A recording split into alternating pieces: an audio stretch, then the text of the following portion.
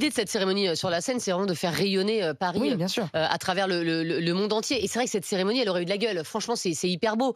Mais à un moment, est-ce qu'on doit privilégier la sécurité plutôt que le rayonnement, Thierry Moreau? Le problème, c'est qu'on a voulu effectivement marquer un grand coup en faisant un truc qui n'avait jamais été fait. C'est ça. Le seul problème, c'est que si ça n'a jamais été fait, il y a peut-être une très bonne raison. C'est peut-être parce que c'est trop compliqué à gérer.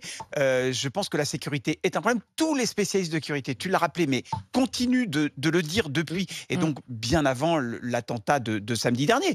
Tout le monde dit que c'est impossible à sécuriser sur une telle longueur, avec un tel dispositif, etc. Donc de toute façon, ils vont arriver à le sécuriser, mais ça va coûter extrêmement cher. Alors, les fourchettes varient.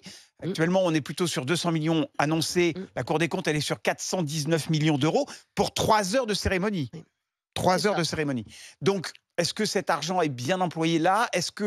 Et en fait, ils ont un plan B, parce que ce qu'a raconté Rémi, ça veut dire quoi? Ça veut dire que si jamais le risque est trop important, si la vigilance attentat grimpe d'un cran quelques semaines avant, bah évidemment, ils vont faire un truc tout rikiki entre deux ponts où personne ne pourra venir le regarder et ça sera réglé. Donc, ça aura coûté cher, le rayonnement n'y sera pas et on aura tout raté. Donc, en fait, ça tire à un fil parce qu'on se dit, qu'est-ce qui a provoqué l'attentat de Dominique Bernard? C'est l'appel d'un dirigeant du Hamas à l'autre bout du monde qui a dit vendredi, allez tuer des Occidentaux. Là, en fait, on ne sait pas ce qui peut se passer, mais du jour au lendemain, la menace, elle peut passer de oui, mais ça, je pense que c'est pris en compte. Je pense que c'est pris en compte, ça, par les services de police. Ah, mais ça peut être, oui, n'importe mais ça peut être un déséquilibré. Je veux dire, à un moment. Et ça, on ne peut pas le gérer. On est d'accord. Est-ce qu'on prend un risque énorme en faisant cette cérémonie des JO sur la Seine, Benjamin Hamar? Est-ce que vous, par exemple, vous y amèneriez vos enfants si vous étiez là en juillet? Non, alors d'abord, je ne peux pas prévoir ce qui va se passer dans 6 mois, mais incontestablement, on sait très bien que ces Jeux Olympiques, ils se passent dans un contexte géopolitique très particulier. Et je pense que il y a pas grand monde qui espère que le conflit au Proche-Orient sera forcément terminé à ce moment-là. La situation restera sans doute explosive, et donc on a un climat extrêmement dangereux là-dessus. Moi, je lisais les déclarations de Monsieur Péchenard, dont effectivement c'est le métier. Moi, il y a des choses qui m'ont quand même interpellé, effectivement, par rapport à ce que tu disais. C'est quand même une configuration exceptionnelle. Il y a une superficie extrêmement vaste. Oui. Et puis, il y a la question aussi, moi, ça m'a frappé, cette question des immeubles autour qui font qu'on peut avoir des fenêtres de tir. Voilà. Et que ça me semblait, donc, dans son explication, extrêmement compliqué à sécuriser. Donc, on ne sait pas ce qui va se passer encore dans quelques mois. Et donc, effectivement, tout ceci me semble, comment dire, un petit peu périlleux. Alors, la question, on voulait effectivement faire d'une vitrine les JO, etc. Mais de fait, on a là un contexte qui, à mon avis, ferait qu'on doit faire primer la sécurité des gens. Et pour répondre à la question que tu m'as posée, moi, dans l'état actuel des choses, au vu de ce qui se passe là en ce moment, non, je n'irai pas.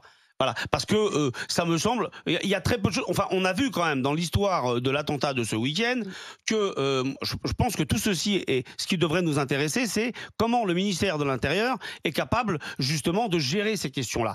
Dans l'affaire de ce week-end, moi j'ai été frappé par les lacunes dans le suivi. Ah non, il a été. Non, là, on peut dire tout ce qu'on veut, mais il a été très suivi. Tout a été respecté à la lettre. Oui, alors. Voilà, bah oui. Non, mais excuse-moi, mais non, parce qu'il y a quand même à un moment dans le suivi, il y a des tas de choses, y compris l'évaluation psychiatrique. Mais ça, c'est les psychiatres. Bon, et ben alors dans ce cas-là, c'est terrible ce que je veux dire, mais c'est ce que disent tous les spécialistes du renseignement, tous les spécialistes de sécurité, que le risque, c'est terrible. Hein. Alors, essayer d'accepter un contrôle, mais le risque zéro n'existe pas. Alors donc conclusion de cela.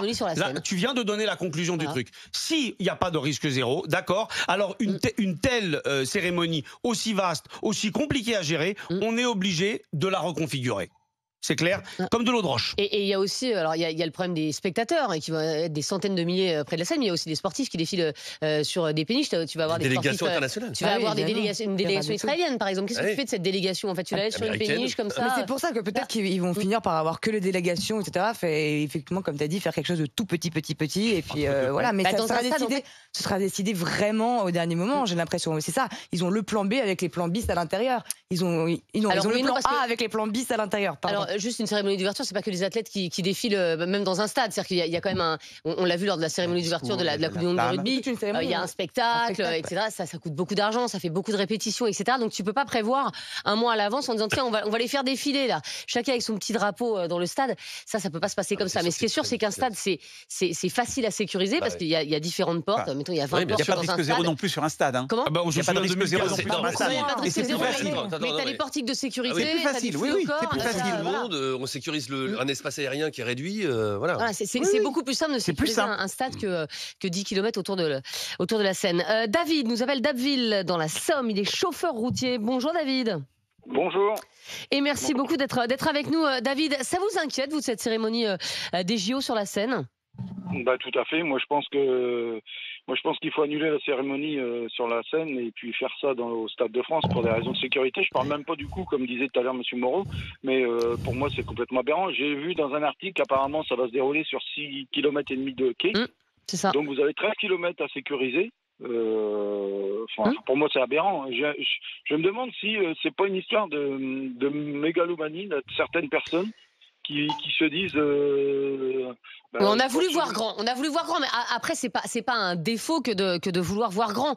Mais là, pour le coup, on a vu grand et coûteux, quoi, en plus, parce que c'est quand même quelque chose qui coûte une fortune.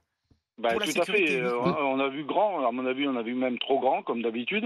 Et puis, vous imaginez le nombre de policiers ou de gendarmes qu'il va falloir pour sécuriser tout ça. Donc, où on va les prendre déjà ? Ça, c'est une aubaine pour les cambrioleurs, ça.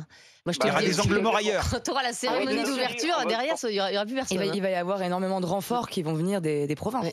Donc, ça veut dire qu'en province, il ne va plus y avoir de gendarmes ni de policiers. Oui, pendant plusieurs semaines. Ça va déséquilibrer un peu, de mettre les gendarmes dans les commissariats pour remplacer les policiers qu'on aura pris et emmenés à Paris. Oui, mais en même temps, regardez David, quand il y a eu les manifs pour les retraites, vous aviez énormément de policiers mobilisés aussi sur les manifs un peu partout en France. Donc en fait, on sait qu'à chaque fois, sur des gros événements, que ce soit des grosses manifestations ou des événements sportifs, on mobilise des policiers. Et là, pour le coup, effectivement, c'est l'événement majeur en France. Et on se dit aussi que la France est un pays de tourisme et que cette cérémonie peut faire venir encore d'autres touristes, si tant est que les gens ne connaissent pas Paris, mais bon, voilà. En tout cas, c'est censé être un événement majeur. Moi, je me dis, et si en plus il pleut? Alors là, écoutez-moi bien. Non, mais ça peut être un fiasco. Moi, je vous le dis, ça peut être un immense fiasco. Oui, Rémi Barré. J'ai des chiffres, si vous le souhaitez. Oui, allez-y. La cérémonie d'ouverture, ce qui est prévu à l'heure actuelle. On est le 26 juillet 2024. Oui. Il y a 10 000 athlètes qui défilent sur la Seine, répartis sur 116 bateaux. Un parcours de 6 km qui relie le pont d'Austerlitz au pont d'Iéna.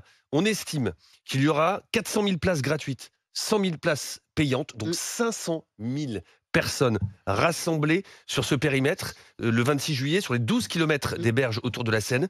Ça nécessitera, ce qui est prévu, la mobilisation de 45 000 policiers le jour de la cérémonie d'ouverture, soit 1/5 de l'effectif total des policiers et gendarmes de France. Ça fait 3 750 membres des forces de l'ordre au kilomètre. Quelle angoisse. En même temps, je vous rappelle quand même que quand la France a gagné 2 fois la Coupe du Monde, les gens se sont rassemblés sur les Champs-Élysées. C'était spontané. C'était spontané, mais il y avait des centaines de milliers de personnes. Et je veux dire, il n'y a pas eu de problème. Et là aussi, c'était une aubaine. Tu vois ce que je veux dire? Oui, mais il n'y avait aucune organisation à avoir. Il n'y avait pas de place attribuée. Il n'y avait pas de siège. Et oui, mais là, ce ne sera pas forcément des sièges. Il y aura aussi des gens qui vont venir. Les places gratuites, c'est des gens qui vont venir debout avec leurs enfants, etc. S'ils veulent sécuriser, il va falloir passer des barrages de sécurité. Il y aura des périmètres de sécurité. Il y a des sacs, etc. Tout ne peut pas être sécurisé. Encore une fois, quand vous avez quand le bus de l'équipe de France revient en 98 et sur les Champs-Élysées ou même en 2018 et vous avez peut-être 500 000 personnes sur les champs, il n'y a pas 50 000 policiers et ça se passe bien. En 2018, c'était Benalla, c'est qui gérait, c'était mieux.